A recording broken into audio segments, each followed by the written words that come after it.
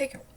O objetivo dessa aula é tentar responder como é que será que o material genético que está lá no nosso núcleo celular vai gerar as nossas características, tá? Em outras palavras, como é que o DNA forma proteínas, ok? Nós vamos ver que isso acontece por processos de transcrição e tradução. Também é chamado esse conteúdo de dogma central da biologia molecular. Então a gente vai tentar ver aí como que do DNA, nossa receitinha de, por exemplo, como fazer insulina. Insulina é um hormônio super importante para a metabolização do açúcar nas células. Sem insulina, a glicose não consegue sair da corrente sanguínea e entrar dentro das células para participar lá para a produção de energia dentro da célula, processo de respiração celular. Então, no DNA a gente tem a receita lá de como fazer um hormônio insulina nas células beta do pâncreas, mas para que ele seja formado, o hormônio, essa informação tem que ser lida e traduzida pela célula, ok? Então a gente vai ver como acontece esse processo. DNA. 97%, alguns pesquisadores aí discordam um pouquinho desse número, são DNA não codificante, tá? Então a gente tem aí DNA fóssil, DNA que um tempo atrás o pessoal falava que era lixo, né? Mas a gente tem aí o DNA que conta a história evolutiva da nossa espécie ao longo dos milhares de anos, de milhões de anos. E 3% desse DNA é o DNA codificante, ou seja, só 3% do seu DNA são genes, são material que vai ser lido e vai ser utilizado para a fabricação de proteínas e para gerar suas características. Então, todas as suas características estão escritas nos seus genes, no DNA codificante. Como que a gente vai saber como a célula identifica, né, em quais são as regiões do DNA que são esses genes? Ela vai identificar porque essa região está marcada, né? A gente vai ter um gene marcado aqui, né? Tem um gene aqui, ó, e ele está colocado entre uma região promotora e uma região de término, tá? Esse meio todo é o gene. Vamos lá escrever aqui, gene. Beleza? Olha que letra linda, só que não. Então, aí mais bonitinho, gene. Esses genes são uma sequência de nucleotídeo que geralmente são transcritos em proteínas. O processo a gente chama de expressão gênica. Então, como os genes são expressos, como acontece a expressão gênica, é o objetivo da aula, de como a gente saber como acontece passo a passo. Então, a gente vai ter dois momentos principais aí desse momento, dessa expressão gênica nas células eucariontes. Nós temos a transcrição que ocorre no núcleo, em que o DNA vai servir de molde para formar um RNA mensageiro, e nós temos a tradução, que acontece no citoplasma, em que o RNA mensageiro vai ser lido, né, por um aparelho celular para poder formar uma sequência de aminoácidos que são as proteínas. Então, transcrição acontece no núcleo, tradução no citoplasma. Aqui esse esqueminha, né, eu tirei de uma videoaula, deixei aqui o logo do professor, é um esqueminha bem interessante, né, porque ele vai mostrar resumidamente essas duas etapas. Então a gente tem aqui o material genético, a dupla hélice, né, a gente observa o pareamento A com T, C com G, bonitinho aqui do DNA, a dupla fita. E a gente tem o que acontece ali, né, durante a transcrição. Essa dupla fita é aberta e uma fita vai servir de molde para o RNA mensageiro. Como a gente forma ali, né, como a RNA polimerase forma o RNA mensageiro? Obedecendo aquele mesmo pareamento que a gente já ouviu, né? A com T, onde tem uma timina, a RNA polimerase vai colocar uma adenina. Onde tiver uma adenina, ele vai colocar uma uracila, porque a RNA não tem timina, lembra?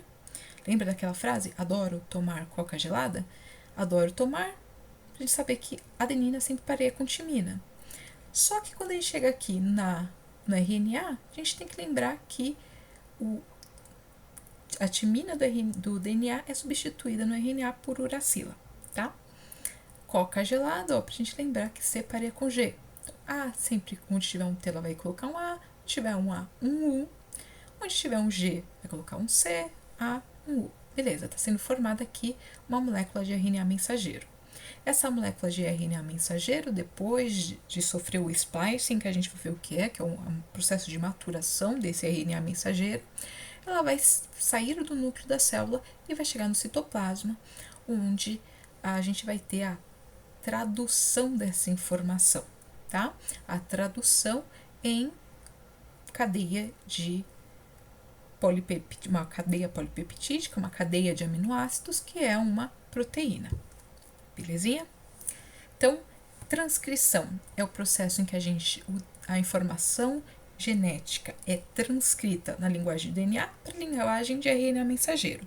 Na tradução, esse RNA mensageiro vai ser lido e vai ser traduzido numa outra linguagem, tá? Vai ser traduzido em proteína. Como isso vai acontecer? A gente começa com a transcrição, que ocorre no núcleo, como a gente já disse, em que a nossa RNA polimerase, daqui em roxinho, vai localizar aquela região promotora, tá? E vai se ligar a ela para começar o processo de transcrição. Então, localizou a região promotora, vai se ligar ali para começar a transcrição propriamente dita. RNA polimerase, ela tem a capacidade de abrir a fita do DNA, a gente vê que aqui a hélice está fechada, onde se ligou a RNA polimerase, a gente tem a abertura das fitas de DNA. Aqui, além de abrir a dupla hélice, a RNA polimerase também vai começar a transcrição, ela vai começar a fazer o pareamento. Onde tiver um T, aqui ela vai pôr um A no RNA mensageiro. Onde tiver um C, ela vai pôr um G, e assim por diante, né? Formando uma fita de RNA mensageiro. Aqui o nosso exemplo, né?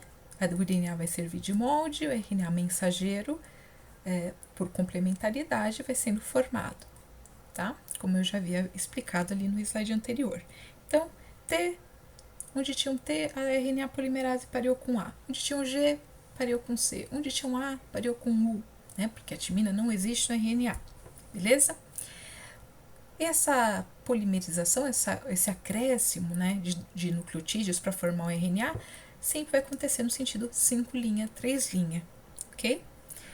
Se você não sabe o que é esse sentido 5', 3', dá uma olhadinha no vídeo da estrutura química do DNA, em que eu explico isso com mais detalhe, tá? Muito bem. Está sendo aqui, então, formada o RNA mensageiro, tá? Vamos seguir adiante. Quando essa transcrição vai acabar? Quando a RNA polimerase chegar a uma região que a gente chama de terminador, né? de um que vai sinalizar aí o término da transcrição, tá? Até chegar a essa região de término, a RNA polimerase chega lendo e sintetizando a RNA mensageiro.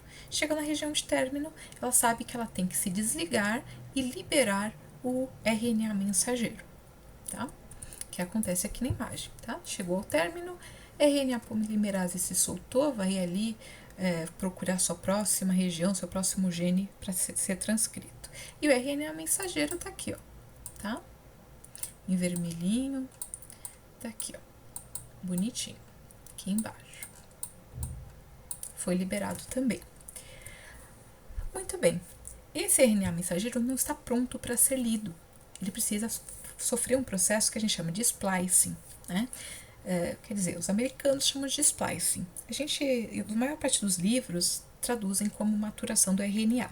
E aqui eu estou usando como base, né, para colocar aí essa maturação entre parênteses, o livro de Fundamentos da Biologia Celular do Alberts, tá? Alberts e outros colaboradores. Então, esse processo de maturação, ele vai ser um processo em que a gente vai retirar os exons, os introns do RNA, tá? Vou explicar melhor.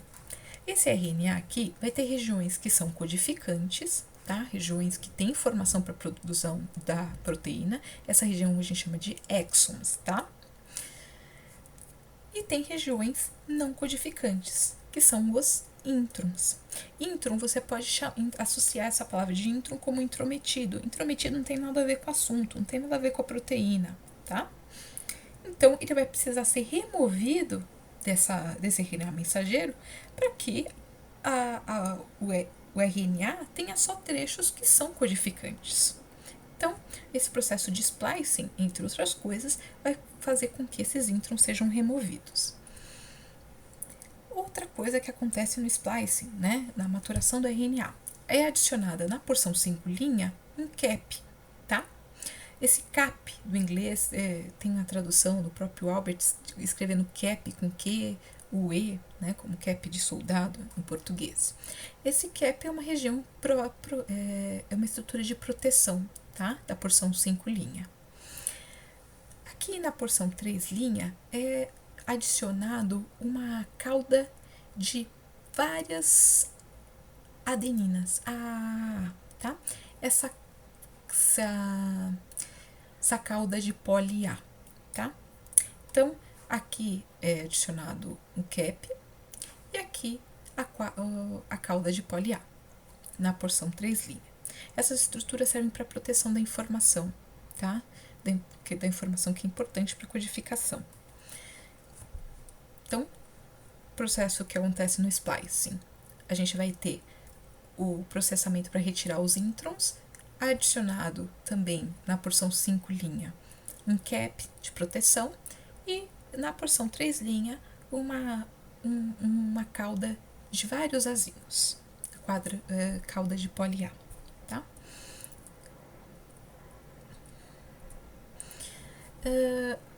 Como esses introns são removidos? A gente vai ter um grupo de proteínas que vai formar o spliceossomo. Esse spliceossomo é um complexo de várias proteínas que vai tanto retirar o intron, cortar o intron e retirar, quanto unir os exons. Então, tem dupla função. Aqui a gente está vendo o spliceossomo, ó. Esse aqui é um intron, está sendo retirado, e aqui ele vai unir esses dois exons. Ok? Retirou o intron, uniu os exons. Aí, o spliceossomo, as proteínas, se desligam do RNA mensageiro, ok? Então, já tive no splicing, a gente colocou a cauda poli A na porção 3', colocamos o cap de proteção na porção 5', tiramos os introns e os exons foram unidos. Agora, a gente tem um material de RNA que está pronto para ser lido pela célula, para ser traduzido pela célula. Esse RNA mensageiro, então, ele vai deixar um núcleo celular, esse processo até agora de transcrição e splicing se deu aqui dentro do núcleo, e ele vai deixar por esses poros do núcleo o núcleo celular para poder ser lido aqui pelo aparelho celular. Lembrando que quem faz síntese de proteínas é o REG, que é essa membrana aqui associada a essas bolinhas vermelhas são os ribossomos, né? Sendo que os ribossomos são aquelas estruturas celulares que vão fazer a tradução, vão estar participando aí da tradução, como a gente já vai ver. Então, o RNA vai migrar aí por esse poro, como a gente vê aqui no detalhe. Isso aqui é a membrana nuclear da carioteca, poro da célula, vou marcar aqui, poro, olha que letra horrorosa, mas tudo bem, tá? Então, o RNA mensageiro saiu daqui, e aqui ele está no citoplasma, em rosinha, citoplasma, aqui seria o núcleo da célula, ok? Saiu o materialzinho, vamos começar aí a tradução. O que acontece? A gente tem cada trinca de letrinhas aqui, 3 desses pininhos são 3 bases nitrogenadas, tá? A gente tem aqui uma guanina, uma citosina e uma adenina. Cada 3 letrinhas, cada 3 bases nitrogenadas do RNA mensageiro, a gente chama de códon, tá? Aqui tem inglês, mas códon em português vai ter o acentozinho aqui, tá? No O, códon. Então, as células vão decodificar o mRNA. Os códons, a maior parte deles, vão especificar uma proteína, tá? Então, sequências de letrinhas. GCA vai especificar geralmente, tá? Uma proteína. O que acontece? Alguns códons especiais, como é o caso do AUG, tá? Que vai tanto significar a metionina, como vai ser o códon de início, que vai sinalizar que, olha, aqui o aparelho celular tem que começar a fazer a tradução, tá? Então, essa sequência AUG, que é o códon de início, é aquele que vai dar o start, o play lá no processo de começar a tradução da célula. Então, isso que vai marcar ali para que o aparelho celular reconheça, olha, aqui eu tenho que começar a fazer uma tradução, porque é aqui que desse RNA mensageiro, é aqui que eu vou começar a fabricar, ler para fabricar a minha proteína, tá? E eu também tenho um códon que na verdade eu tenho mais de um, tá? Mas sequências específicas que dizem que o processo de tradução tem que parar. Aqui a gente tem uma tabelinha em que está resumido o código genético, tá? Essa tabelinha, a gente vai sempre ler os códons obedecendo a sequência de letras que formam esse códon. Vou dar um exemplo para ficar mais fácil, tá? Lembra que a UG eu falei que é metionina, o códon de início? Vamos olhar aqui no nosso bonitinho. Então, o meu exemplo é A, U, G. Vou tentar achar aqui a UG nessa tabela de código genético. Vou começar pela primeira letra, A.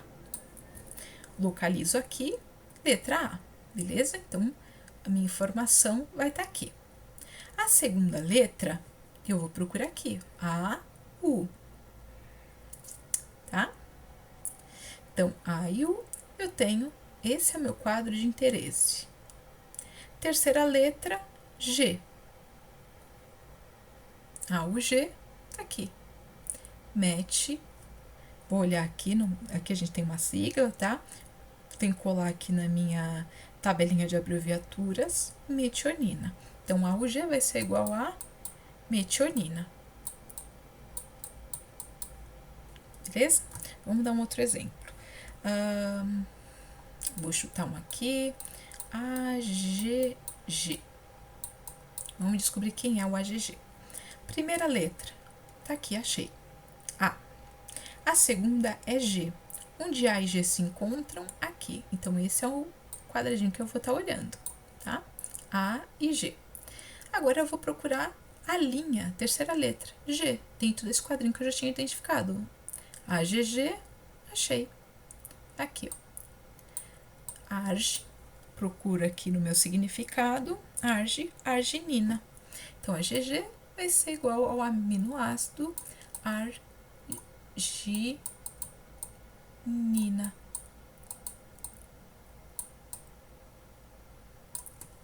Tá?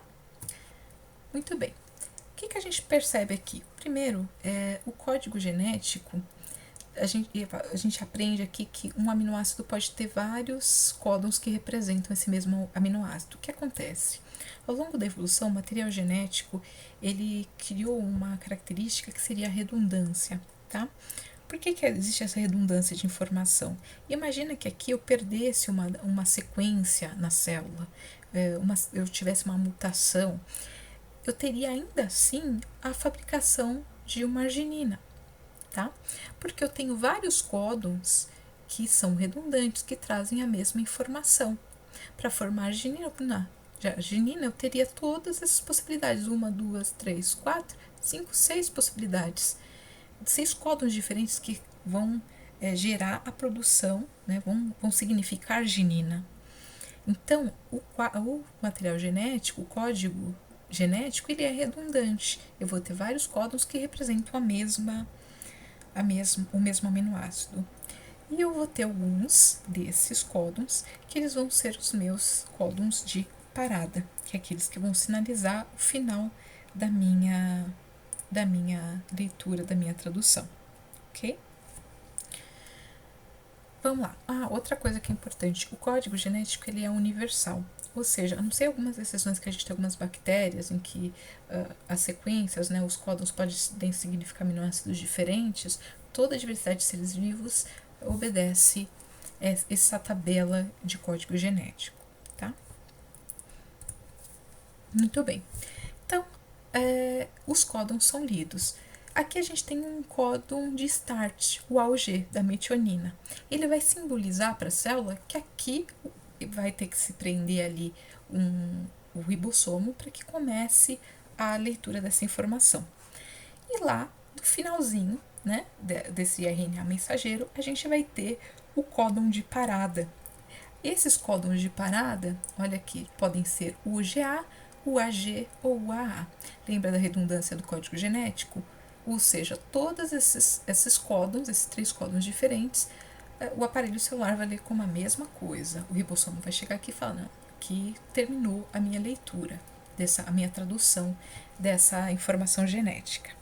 Então, a tradução começa no códon AUG, no códon que dá o start, o início, e termina no códon de parada, que podem ser esses três, ok? Sempre se inicia no AUG, mas pode parar em qualquer um desses três códons de parada.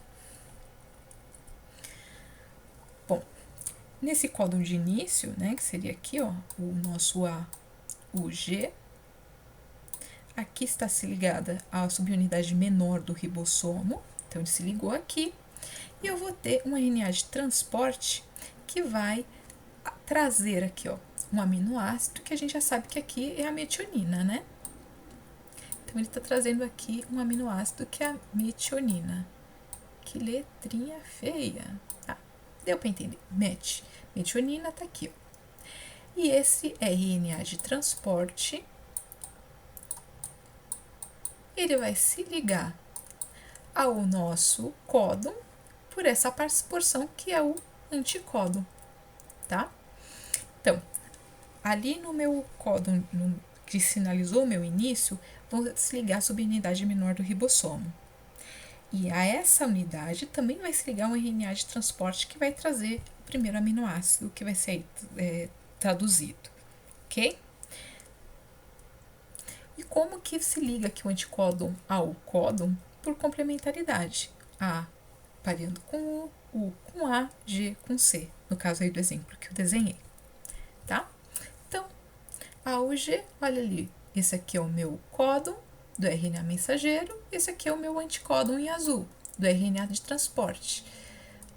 Olha como a gente tem a formação por complementaridade. Assim ele sabe que ele tem que se unir aqui e ele tem que trazer essa metionina, ok? Então, cada RNA de transporte, ele é especializado em transportar um determinado aminoácido. E esse RNA de transporte, ele transporta a metionina. Muito bem, desligou o anticódon, esse códon de início, a gente vai ter a ligação da subunidade maior do ribossomo. Então, o ribossomo é formado de duas subunidades, subunidade menor, subunidade maior. Essa subunidade maior vai se ligar aqui, formando, né, o nosso complexo de tradução. Olha que bonitinho, né? A gente está aqui no sentido 5', 3', o sentido que essa informação vai estar sendo lida. O complexo formado pela subunidade menor e maior do ribossomo, o nosso códon de start, de início, e o RNA de transporte ligado aqui, anticódon, códon, e aqui a metionina bonitinha, tá? Existem áreas dentro desse ribossomo, essa área em que o nosso primeiro RNA de transporte está ligado é a região P, a gente tem a região A e a região E. Então, ao longo do processo de tradução, esse ribossomo vai andando, tá? Casinhas aqui, sempre de 3 em 3. Então, aqui ele fez a leitura da metionina, ó, metionina tá aqui, o RNA de transporte tá aqui. Nessa região A, vai se ligar o próximo RNA de transporte, que vai ser o RNA, vai transportar o aminoácido que vai ser determinado por esse códon aqui. De novo, o RNA de transporte vai se ligar, vai ter pareamento entre o anticódon e o códon, vai se encaixar quimicamente aqui, esse RNA de transporte, e vai trazer um novo aminoácido, tá vendo? E esse aminoácido vai se ligar ao aminoácido anterior por uma ligação peptídica. Já tenho uma sequência de 2 aminoácidos. Legal. Não tem o sítio vago aqui, mas tem um aqui. Esse ribossomo ele vai se deslocar para a lateral, ó, sempre ali no sentido da direita.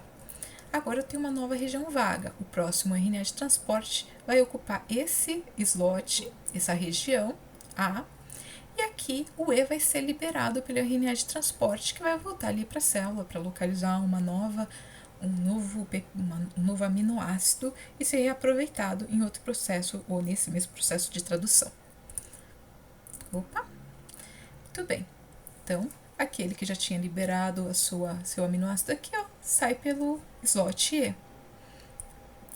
E aqui eu vou ter a sequência da tradução, né? Então, sempre assim, entrou pelo slot A um novo RNA de transporte, o ribossomo se desloca para a direita, deixa o RNA de transporte que já tinha liberado o seu aminoácido, sai por essa região e os aminoácidos vão sendo acrescentados nessa cadeia. Então esse processo vai sendo contínuo, tá? Sempre andando de 3 em 3 bases nitrogenadas, de 3 em 3 códons, esse ribossomo vai fazendo a tradução da informação com, né, o auxílio aí dos RNAs de transporte do RNA-T.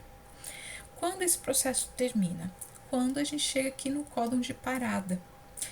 Nesse códon de parada, a gente vai ter um fator de liberação, né, da cadeia polipeptídica que vai chegar aqui, vai se ligar nessa região do códon de parada, né, no sítio A, e vai fazer com que na região P a cadeia de polipeptídeo seja liberada, tá? Lembra que a gente falou que isso aqui é a região E, essa é a região A e essa é a região P? Então, ficou vago o stop, né, na região do códon de parada, vai sinalizar para o fator de liberação da cadeia polipeptídica, que então vai ser liberada aqui da região P.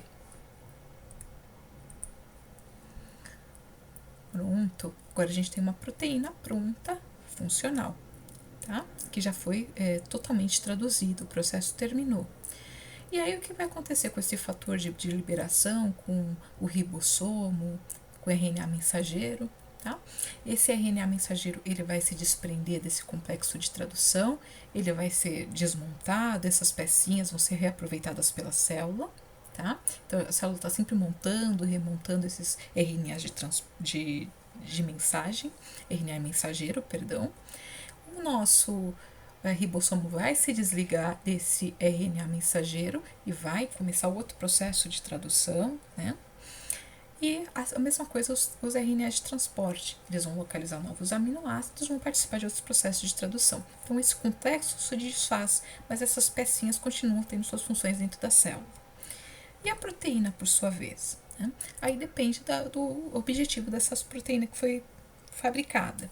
Se, por exemplo, como eu tinha falado no começo, é um hormônio como a insulina, ela vai terminar de ser fabricada e processada aqui no REG, vai ser enviada para o complexo de Golgi, que vai completar as reações químicas necessárias para esse hormônio, vai empacotá-lo em uma vesícula e vai endereçar para a excreção, para ser liberado por exocitose, pela membrana celular, para que esse hormônio chegue ali na corrente sanguínea e seja distribuído por todo o corpo, tá? Então, uma vez completado a proteína, ela é trabalhada, né, por essas estruturas celulares, o REG, o complexo de Golgi, e ela vai ser destinada ao seu uso final. Se de repente for uma enzima digestiva, ela vai ser empacotada aqui pelo complexo de Golgi e vai ser liberada para o interior do estômago para fazer digestão, tá? Então, por enquanto é só. Espero que ninguém tenha ficado traumatizado. Obrigada.